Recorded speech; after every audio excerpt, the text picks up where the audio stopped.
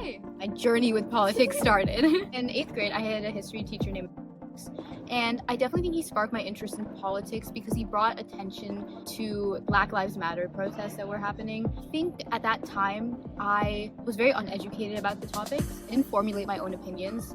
I instead just used other people's and pretended like I knew what was happening. But when my parents pointed that out to me, I realized that that's not the way to go about things. So I started doing my own research. And then I started developing an interest in politics. It wasn't even activism as much anymore. And then from there, my journey with politics started. I would say, one, definitely keep yourself updated with current events, both domestically and foreign policy wise, because I think foreign policy is constantly affecting domestic policy, especially when you have relations with like China, for example. And I also think foreign policy is a facet of politics. Start off with programs.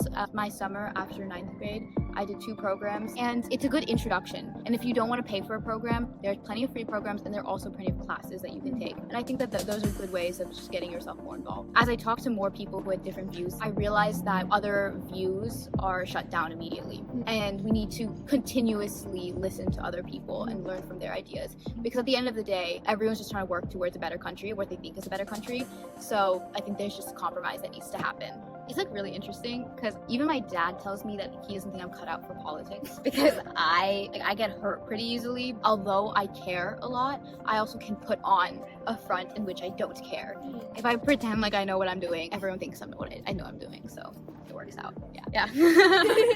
AI can definitely be incorporated when it comes into lawmaking, bill writing. I think politics, though, is something that can never be an AI-powered field because it's all about humans leading humans and people doing change for the people. A huge issue right now in politics is AI discrimination. There are a lot of people who are using AI to like sift through resumes and employ people, and then there's this huge debate, Assembly and Senate, around like AI discrimination. That's potentially an issue in the future.